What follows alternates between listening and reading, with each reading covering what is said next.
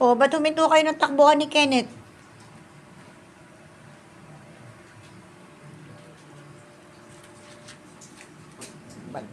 Lagi na lang basa yung sahig natin. Kaya Ay, nako! Parang kasira ulo din. Ano ba yung katawan ko? Ginawa mo na ano yung katawan ko eh. Sira ulo to si Tamtam. Ayan. Isa. Oh shit. Isa. Dalawa. Tatlo. Oh my God. Apat. Dali na, Kel. Takbo. Ayaw naman tumakbo kung kailan kayong binibidyo para kayo balik. Kanina, takbo kayo ng takbo. Ano ba yan?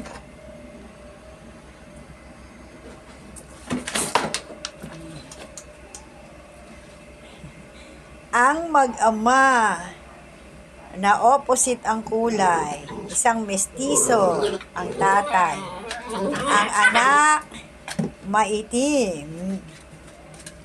Kala mo makakasampa ka dyan, ha?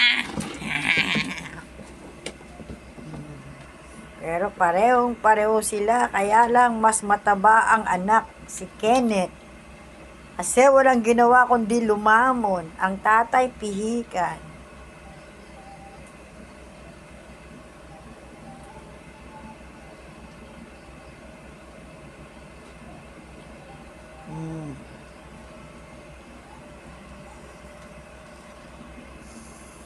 Kenneth! Kenneth! Kamukha ka talaga ni Kel. Baba ka na doon sa tatay mo. Dalian mo. Sasaing ako para pagkain nyo bukas. Sasaing po ako, 5 kaldero. Ayan. Kasi maliliit lang yung kaldero ko. May malaki kasi nahihilaw. Ayaw ko naman sila pakainin ng hilaw. Kaya kailangan luto siya. Parang tao lang din sila. Ayan. So, 5 kaldero, 5 ganito kalaki. Ayan. 8 kilong bigas. Minsan, 10 kilo. 1 meal lang yon sa umaga. 'Di ba, Esang?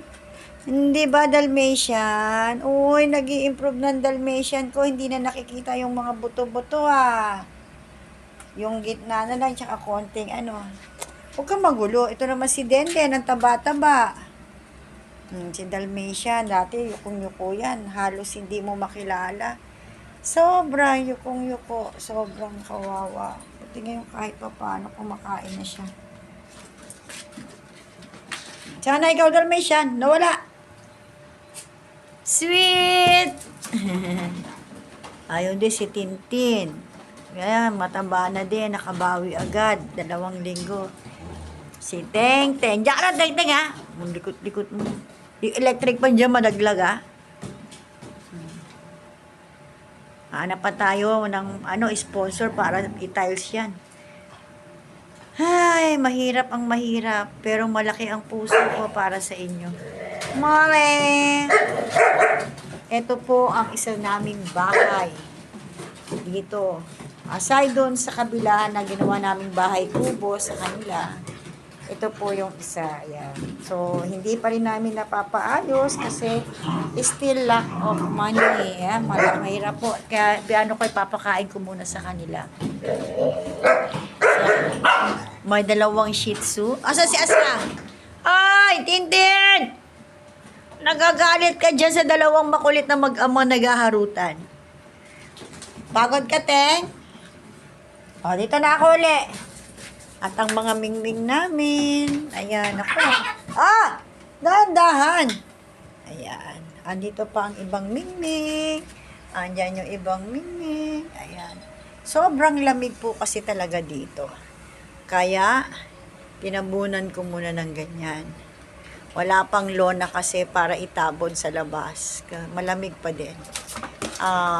Ayan, kung merong pambili na ng lona or may mag-donate ng lona, Ilalagay ko doon sa likod, doon sa pinakaharap, para mabalot lang. Sobrang lamig talaga dito. So, ito yung place ng mga pusa pag umaalis ako. Ayan, si Tanya. Kasi pag iniwanan mo sila doon sa loob kasama ng mga aso, tamta, may tubig dito, ikaw anak ko.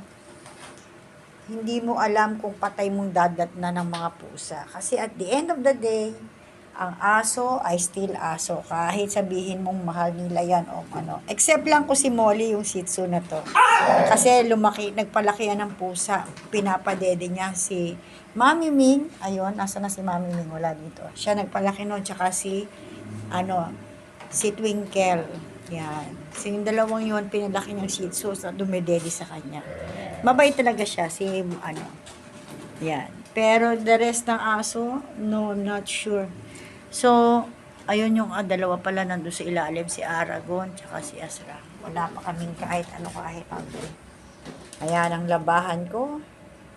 Ayan. At itong malaking to, dati ito lang 5 kilos na dinadala ko sa ano. Kaya lang kaposo, itong 10 kilos ang dinadala ko. Ano yan, 4 na kaldero. Doon sa bahay kubo ng mga par babies ko. Ayan. So, ayan. And today, maraming salamat sa nagpabili ng dog food. Ayan. At ng kanilang ulam for tomorrow. Ayan. So, talagang ganon. And bukas uli, hopefully, ayan, may darating na biyaya para sa kanila.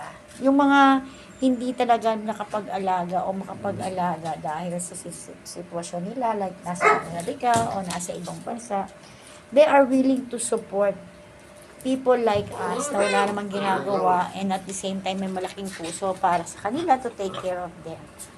Ayan. So, malinis po itong aming facilities kasi pag may nag-poop yan, diretso linis agad yan. So, wala. Yun lang laging basa.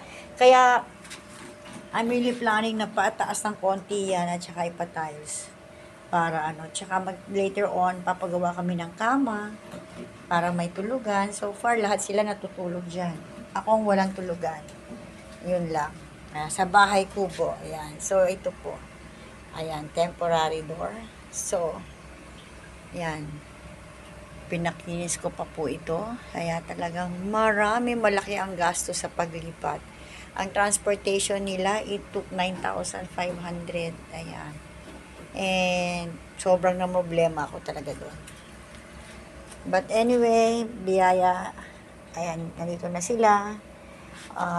Nakakabawi na, mataba na sila. Hindi katulad, ito na lang ang hindi tumataba pa ng gusto, si Dalmatian at saka si Sweet. The rest, okay na silang lahat, matataba na sila. Nakita nyo naman sa video. Tam-tam, halika na, akit ka na. Anong ginagawa mo dyan? Akit ka na sa tulugan mo. Ayan, samahan mo dyan si Bebe. May sakit po siya, ayan. Kaya siya umiinom ng Cephalexin. Cephalexin na pang tao yan. Yan. So, yan. Maya-maya iinom na siya ng gamot. Kakain lang yan. Yan. Kumpleto ba kayo? Ba't parang kulang kayo mga mingming? Nasaan si Screamer nakunan kagabi eh. 4 na anak o 5. Ayun, lilibing ko bukas. Pero 3 lang yung nakita ko doon. Nasaan pa? Ang bihira talaga to si Puti. Ganyan ka pa uminom talaga ng tubig. Kinakamay mo, inaano mo. Parang kang tao lang na sinasalo. Ang bihira. Tingnan niyo paano siya uminom. Sasawsaw niya yung kamay niya sa tubig. Tapos, gaganunin niya. Iinumin niya. Para yung tao ginaganon. Pwede naman niyang inumin as in yung niya. Hindi niya ginagawa. Puti! Niloloko mo kami. Pambihira. Ba't ganun ka uminom? Sira ulo. Ang dami po namin sampay. Kasi ulan ng ulan dito. Grabe. Grabe talaga ulan ng ulan. Isang electric pan lang ang dyan nagpapatuyo. Doon pa yung aming bahay-bahayan. Bagong bahay, bagong buhay. Para sa kanila. Ayan, dahil walang nag-aalaga na sa kanila doon. Kawawa naman sila. And, yun lamang po. Maraming salamat. God bless everyone.